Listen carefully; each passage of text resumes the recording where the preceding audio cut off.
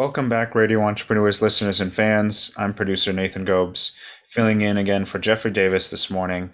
I have at my side my trusty co-host, Peter Myerson, author and retired attorney. Welcome, Peter.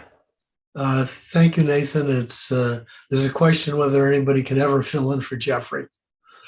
Yeah, well, we do our best, though. We do our best. You do a good job. Thank you. We want to welcome back returning guest to our show, Tom McNulty, attorney at Lando Anastasi. Welcome, Tom. Hi, thanks for having me again. Thank you for being here. So I understand you wanted to talk to us about the monetary effects of litigation and IP claims and how you can structure a business around that. Is that correct, or did I bungle that a little bit? Yeah, that's pretty much it. Specifically in this case, the types of money damages you can get in a patent infringement lawsuit, and the different ways you can structure your business that may or may not impact that. Great. Well, why don't we get into it? Okay. Well, I'm sure many people know if you've got a patent and you sue somebody, there's a couple of different types of relief that you potentially could win. One of them is injunctive relief. You prevent the other side from doing anything that would infringe in the future. Sometimes you can get attorney's fees, not in the usual case, but sometimes. But specifically, what I'm focusing on today is the types of money damages you can potentially get when somebody's found to be an infringer. So under the patent statutes, upon a finding of infringement, a patentee, which is the owner of a patent, is entitled to damages adequate to compensate for the infringement and in no event less than a reasonable royalty for the use made of the invention by the infringer. So the statute sets as a floor a reasonable royalty. And reasonable royalties are basically treated by the courts as what the parties would have agreed to if, hypothetically, at the time they were beginning the infringement, they had actually sat down and negotiated a patent license. A lot of people view this as perhaps an unfair approach because there's no sort of kicker for the fact that they went ahead and infringed and you had to go through the time and effort and expense of a patent lawsuit to get them to stop. But for whatever reason, that's the way courts go with it. Interesting. But you said that's the floor, though, correct? That's the floor. The other thing you could potentially get, and not always, but usually it's a higher measure of damages, is your lost profits, what you would have made had that other party not infringed. And that's the one, like I say, in most cases, that's the one you want to go for. But there's a couple of things you have to do to qualify. It's not an automatic that you can get your lost profits. The first is that you have to actually make a patented product or sell patented service, provide a patented service. You have to be in business. So your classic patent troll that they're in the business simply of holding patents and suing people. They generally, or pretty much always, will not get lost profits because they're not actually directly competing. The other part of it is, go ahead. So you have to actually be in business of selling that product to get that kind of relief. Yes. The other thing that typically comes into play is you have to be a direct competitor with the accused infringer. So if you're selling into, say the medical field, and they're selling into something wholly unrelated to the medical field, courts would be certainly more reluctant to award you lost profits because they're not really taking sales away from you with their activities. And that's sort of the focus is, are they taking sales away? So there's a particular test that the courts use called the Pandua Test. It's named after the case in which it was sort of devised and set forth. To be entitled to recover for lost profits, you have to show demand for the patented product, the absence of acceptable non-infringing alternatives, and I'll go into these in a little bit more detail. You have to show that you have the manufacturing and marketing capability to exploit the demand, and then you have to be able to prove the amount of profits you would have made. So looking at these kind of one by one, demand for the patented product, you have to show that, there are people out there that are looking to buy this thing. And the second is the absence of acceptable non-infringing alternatives. You have to show that if if the accused infringer wasn't on the market, that the market would be basically forced to buy from you as opposed to turning to a non-infringing alternative. And that's one of the key ones that that the lost profits analysis kind of rises and falls on, because you have to define, what it is that you have to be showing the absence of non-infringing alternatives.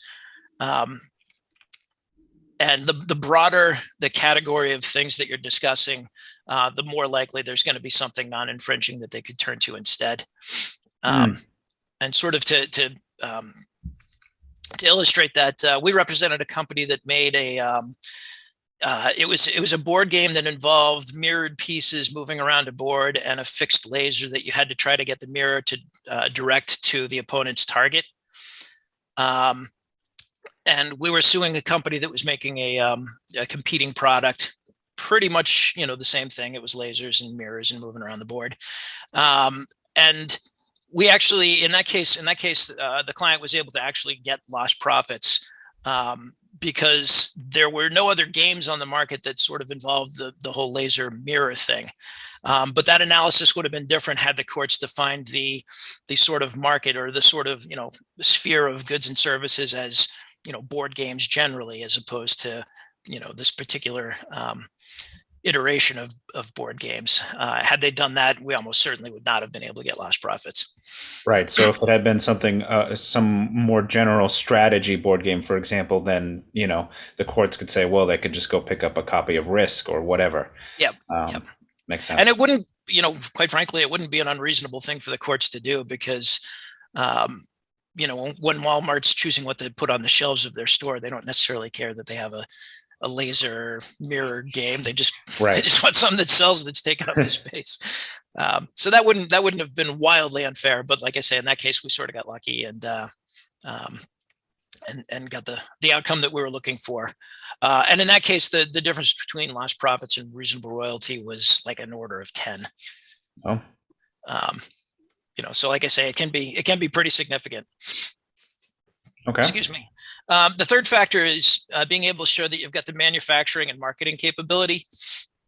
With the globally connected, or at least perhaps once globally connected world, that sort of became easier because you didn't necessarily have to show that you had manufacturing capability yourself. You could meet that criteria by showing that you could outsource it to one of many places that do that sort of thing, and that you could handle delivery through third-party delivery services and that sort of thing. So that criteria has become easier over time.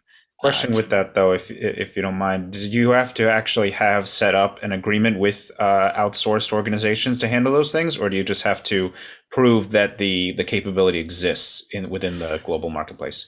You have to show that you could exploit the capability. So it doesn't necessarily mean you've already got an agreement in place, but you'd really have to show that you could make the contact. You could frankly finance the third party to do this sort of thing. You have to show that that you have the ability. Beyond that, there's no sort of fast set of rules. You can sort of show it in any way that you can kind of conjure up, for lack of a better term.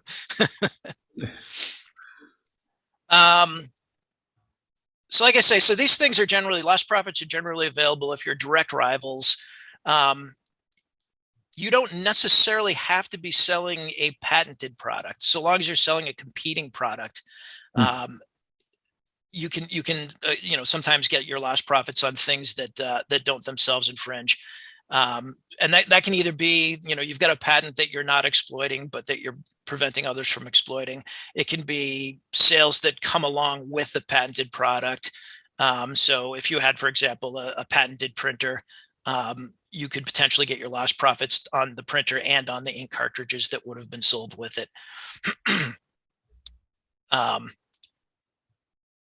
The other part about it is if you've got a patent that covers a component of a product, the lost profit applies to the product as a whole and not just to the patented component, provided that you're selling the product as a whole. If you're a component supplier, you're only going to get the component profits. But if you're selling, so if you're selling a smartphone and you've got a patent on some piece of that, there's obviously going to be all kinds of other IP and all kinds of things like that that are involved in it, but you could potentially get lost profits, if you're selling the entire phone yourself on the entire phone and not just on the component. Now, one of the catches to this, and this is one of the things that sort of leads to how you structure your business, is you can only get lost profits on your own damages, not profits that a related company would have received. So that might impact, like I say, how you choose to structure your business, how you choose to decide who's going to be the owner, the patent holder of a particular set of patents.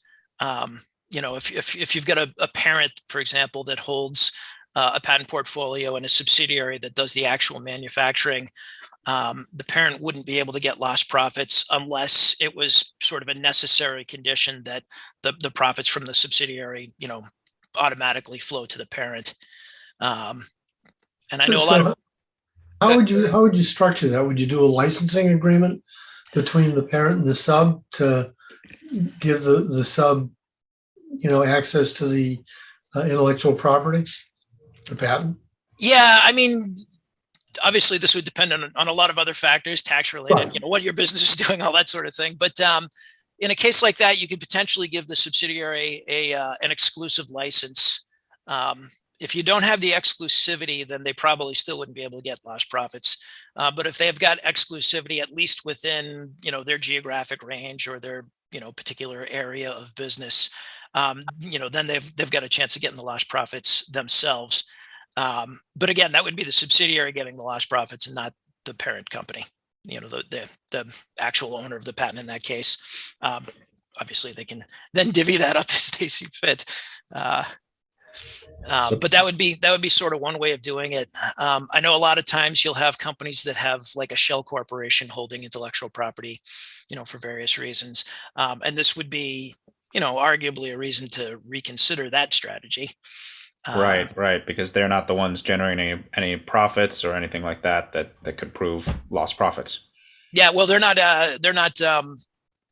Frankly, they're not engaging in business. So they probably would sort of default out of this right from the get-go because they're not actually making a product. The other thing we run into a lot, and particularly with some of the startups and smaller companies that we deal with, is the owner of the company is the creator of the technology and the inventor on a patent, and they just, for whatever reason, choose not to or don't get around to, or however it may come to be, to assign the patent to the company itself. And then, they'll be surprised to find out that they're not entitled to lost profits in a circumstance like that. Can they retroactively make the assignment? Generally speaking, no. I mean, you could potentially get, if you do it like mid-suit, you could, and the other side's still doing what they're doing, you could do it mid-suit and potentially get lost profits from then forward. The type of damages can be sort of divided by, divided in time, so that you're entitled to royalties for this part and profits for this part. Interesting. I guess it makes the point that you really need to have very sophisticated technical advice when you're setting up your business and using patents. Yeah, and you probably need to get that sort of advice from, several sources. I can tell people what to do on the patent side. I can't really specifically advise on the tax implications of any of these sorts of things or that sort of thing. One reason people sometimes won't include IP or won't assign IP to the particular company that's in business is so it's not an asset of the company should they go into receivership. Interesting. Well, there's a few different kind of factors that come into play. So it's not, it's worth consideration, but it shouldn't necessarily be the sole driving factor in how you structure things. Yeah, right. It's hard. Speaking from experience, it's hard to get startup companies to spend the kind of money necessary to get the brains around the table to analyze the problem. Yeah, and that's understandable. I mean, there's, when you're starting out, there's a limited pool of resources to be, to be throwing on abstract, not directly leading to money advice, even if down the road it does lead to money. Yeah. Makes sense, especially since at that time, some of these things like, well, what if somebody rips off our patent is not always what they're considering. They're looking at their first few customers, getting their business up and running, etc. But regardless, it's clearly a complex issue that, if people have questions, they should be talking to you. And, even though it can be expensive for startups in general, I don't mean you guys particularly. I just mean, like we said, to get brains around the table. That's why we produce a lot of this content. We bring you on regularly. But if people wanted to get more advice from you or find out how Lando and Anastasi can help their company, what's the best way to reach you? You can always get me on my email, TK. I'm sorry, that's my home email. T McNulty. I do that all the time. T McNulty, MCNULTY at LAlaw.com. Or you can try me by phone, 617-395-7040. Great. And Peter, I know you're an author. You may be retired from your practice, but if people want to reach you or find out how they can get your book, what's the best ways for them to do that? Well, they can email me at ppmyerson, Myerson, at AOL.com. And if they want an electronic copy of my novel, they can go on Amazon, type in the search bar Peter Myerson, and my novel will come up. And if they want a real printed version, I have a great print-on-demand company out in Arizona. I think it's Arizona. Today you don't even know where they are, called The Book Patch. And if you go on The Book Patch and type in my name, you'll get my novel. Great. Well, and of course, you'll find more content with Tom on our show, Radio Entrepreneurs, on our website, radioentrepreneurs.com. We're on LinkedIn, YouTube, and many podcast sites as well. I want to thank both you gentlemen for joining us today. Thanks for having me. Pleasure. Thanks. And we'll be back with more on Radio Entrepreneurs.